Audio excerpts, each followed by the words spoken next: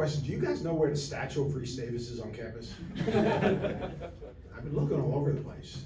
In fact, I've been asking people, do you know Reese Davis? And they said, Reese who? I don't know the truth there. But I guess I'm supposed to answer questions here.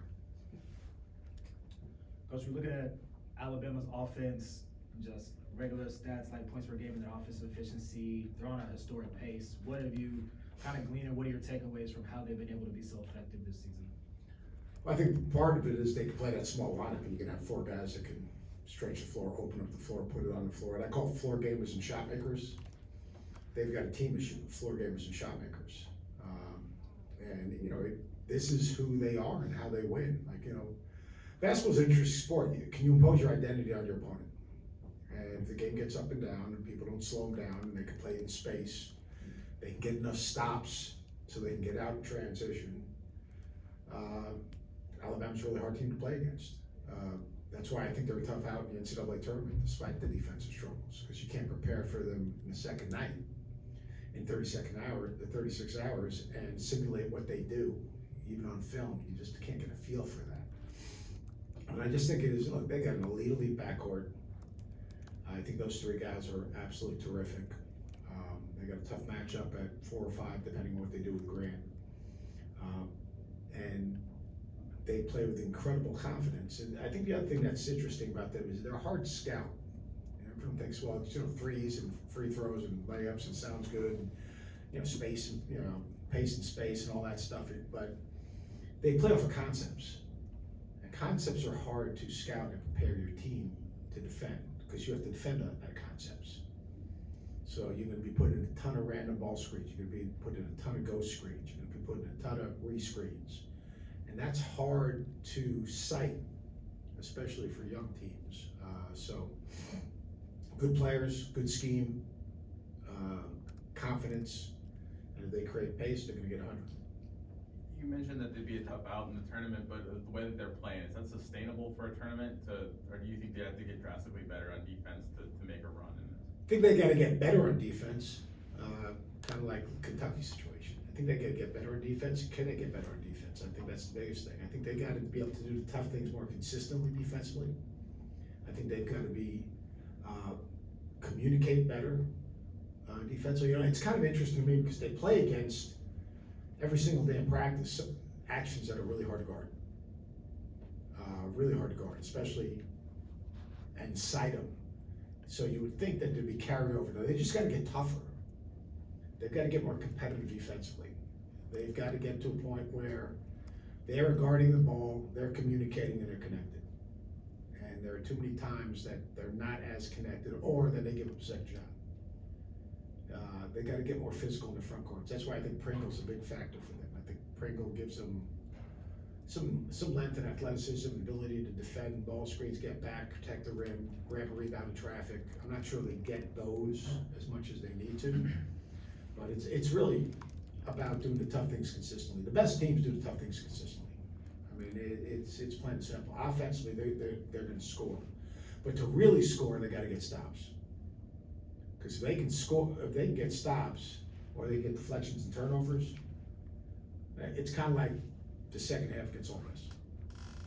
All right, once they started really kind of getting some stops, what did they do? They get on a 6-0 run, a 9-0 run, a 12-0 run. It's bam, bam, bam, bam, and it happens quick. Now, they'll be where probably coach wants them to be when they can do that consistently.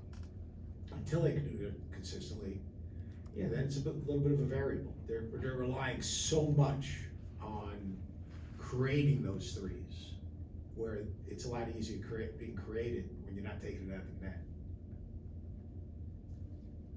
Yes, sir. Can you talk about the growth of Grant Nelson within the type of offense? At the beginning of the season, you see Grant played more of that 4 hybrid role, but now we're seeing him more stretch 5 role, and obviously his growth on the defensive end. Can you talk a little bit about his growth? Yeah, I think that he's a tougher matchup at stretch 5 because he's getting matched up with a 5 instead of a 6-7 guy to get underneath him and kind of move his feet and guard him. Now when he's being defended by a 5 as opposed to a 4, right, he is quicker. I used to play last week, actually. I did something on Alabama's offense, and it was just a simple trail drag ball screen, and Sears drags 2, throws it right back. Now you got a big 5-man closing out to him, and he just destroys the guy. John fake, boom, gone. He also creates space, obviously, as the five, if he can get some corner spacing out of it, and they can play off a dunker spot on the other side if they have to. So, and then defense, I thought a couple games ago, I thought he stuck his nose in it a little bit more. And I think that's the biggest thing. Like, you know, there's a big difference between playing in the league he was in and the league he's in now. The speed of the game, physicality, strength, the bodies he's playing against. I mean, think about probably Tulu Smith, the first time they probably played against each other, you know, and then, you know, he fought back. I think that's the biggest thing, is that he's got to realize, one, they're bigger bodies, you're gonna have to bang. If you don't bang and they bang you first, you have a problem. So low man wins. I mean, when you're defending in the post area, you're trying to be physical defensively. It's not your upper body, it's your lower body. All right, it's being on balance. It's taking a guy's legs away. You know, it's defending him early and moving him off the spot just a foot. So I think he's starting to learn that. I don't think he had to do those things a year ago. You have to do those things in this league. And then, you know, the speed of the game, just, you know, without watching the fly of the ball, where ball gets shot, boom, find someone to go get it. I think, you know, again, moving up this level, ball gets shot, if you go find your man and don't react, that guy's just wedging you underneath and he's rebounding the ball. So just getting used to playing hard for a long period of time. I mean, really, it's, you know, that's, you know, when I was coaching, that's the biggest problem you have with guys that transfer up. Like, no different than with freshmen. You know, like the two freshmen you guys have. They're playing hard is being redefined. Competing is being redefined. Freshmen, you have to redefine playing hard. When guys transfer up, you've got to basically redefine how physical it is. And then freshmen, on the other hand, you got to basically get them to understand how to play team defense. You know, ball screen defense. Look at all the teams that have struggled defensively. Kentucky, playing a bunch of young guys. Baylor, playing young guys. Nate doesn't play those two guys together a lot, it seems, because if you play them together, it's a disaster. In my opinion, not his opinion. You know? I mean, because now you got two guys that are not sure, you know, two guys are running to the ball, they're not talking, they're not rotating, they're not out on ball screens, maybe you're supposed to switch, they're not switching, and then all of a sudden the other three guys are like, oh, what the blank. And that's what happens when you have young guys on the court defending, especially at this level. You look at what Dalton has done all year for the Vols. I mean, 25 points last time played the Tide, 39 on Wednesday was outrageous. Is there any way that you can possibly see this Alabama team neutralizing him at all? Yeah, I mean, I would think any ball screen comes off of already kind of ISO, they're going to send a second defender on and probably go with him at another big. I mean, it's just common sense. You can't let the other team's best player beat you. The difference between this Tennessee team and maybe last year's, I'm talking big picture, is at the end of a game, they have a guy they can play through. And at the end of the game, they have a guy who can take over the game. And you saw that happen, obviously, the other night, and he was freaking ridiculous. But he's done that like 4 different times. So they can't stop and watch him. But yeah, you look, be physical with him, defend him early, get the ball out of his hands, make it hard for him to catch it. Run second defenders at him in any ball screen or any quick ISO where you just run a second defender at him, get the ball out of his hand, make him make one more. Now, he made a couple passes, he made a huge pass at the end of the game the other night, where out on the perimeter, the first time they trapped him and got out off the trap, and then he punched in the gap and just shot a pull up, and I'm like sitting there going, like, what are you doing? Like, you put him in a trap, like, till he gives it up, you can't leave the ball.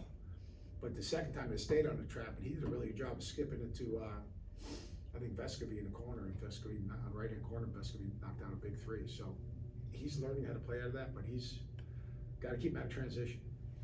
Because like he's getting to the basket or he shouldn't pull up 3 in transition. He's really, really good. He, you know, to me, he went from a guy, I don't even think he was first team all league, or he wasn't even player of the year in the league he came from, I think the Summit, to like, you know, he's probably SEC player of the year. I was gonna ask, is that still up for grabs in your opinion? And then if so, how much does I it mean, mean, Sears is in it a little bit, I think. But yeah, I mean, and Antonio Reeves is in it. I think those 3 guys have kind of separated themselves. But I think Connect, like he does stuff that's just dramatic. Like, you know, you talk about being memorable. Like all you guys, I'm sure there's a play you've seen Dalton Connect make this year. You go like, holy shit, right? Yeah. Like like, that dude turns the corner and just like jumps up and looking down on people like, going like, really? You know, he's, so I would think he's the front runner, but I'll tell you, Reeves and Sears are in the conversation. There's no doubt about it. I mean, Reeves has had big games and big moments. He had, you know, a great game against Auburn, and Sears has been just good all season long. Given what Alabama lost last year, are you surprised to see them be this successful and be this good this year? Not surprised. Well, I mean, first in the league right now. Maybe surprised at the top of the league. I mean, but that's the unpredictability. I mean, everyone. I'm sure you guys. I don't usually fill out those things on SEC Media Day. I'm sure you guys do. And everyone thought it was going to be Texas A&M, right? You know, or Kentucky, or you know. But yeah, surprised but not shocked. I mean, I knew what Estrada was. He was my dude of the day last year when it was at Hofstra. I knew that backcourt would be tough. I'm a big Rylan Griffin fan. I just think that I thought he was going to take another step forward. Nelson's credentials coming out of, you know, transferring were really, really good. But yeah, I'd say surprised, but not totally shocked. Again, the league's good, Nate's good, environment's good guard play. The better teams are younger, you know, some younger teams. You know, the two older teams, Tennessee was one of the older teams, and then A&M was the oldest team. Losing Marble, I think, hurt them a little bit. They just can't shoot. I mean, you shoot 27% from the field and 42 from the two. You know, I don't care if you rebound 40% of your misses, you're still struggling. So, I would think I mean, this thing is fun to watch. These guys are fun to watch. They're fun to watch even on tape when I don't have to prepare. I don't know about how much fun they'd be to play against, but they're fun to watch if you don't have to play against them. Yes, sir. About a decade ago, SEC was really struggling to get teams into the NCAA tournament. Now it's a league that might have the most teams in the NCAA tournament. Is it scheduling, coaching, players? What's made the SEC such a good league in basketball? Mike Slive, when he became commissioner, he said, we have all the resources to be really good in basketball, men's basketball. And we're gonna go out, we're gonna basically put pressure on the athletic directors to hire coaches, to build facilities, to build infrastructure, and to support college basketball. And you're all in great world-class universities, in passionate, fan-based communities. If you can support a football program, you surely can support a basketball program. And basically, if you look at the coaches that have been hired, you look at the infrastructure that's been hired, you look at the commitment that's been made, you know, your investment equals your expectation in whatever you do in life. You know, whether it's a relationship, whether it's a business, whether it's making a commitment to an athletic program. And your investment equals your expectation, and there was an investment made. And it was all Mike Slive's vision for that. And so it doesn't surprise me, and it's not gonna change. It's only gonna get better as the league obviously continues to grow and get better. But like, to me, there are 7 solid teams in the tournament that get as many as 9. I said it a couple of weeks ago, I think it's the best conference in college basketball, because I think the top of the league is ridiculous. It's ridiculous, the top of the league. Like, if you don't play really, really well, you got no shot. So, I think college basketball and college football can coexist. You don't have to make a choice which one you want to be good in. You can be good in both of them. And I think that's what's happened in this conference, which is, it just makes sense. But the SEC takes a backseat to absolutely no one. We have time for one more. Anyone else? Bill's coming in next? No. Oh, I was gonna say, you'll really get bored.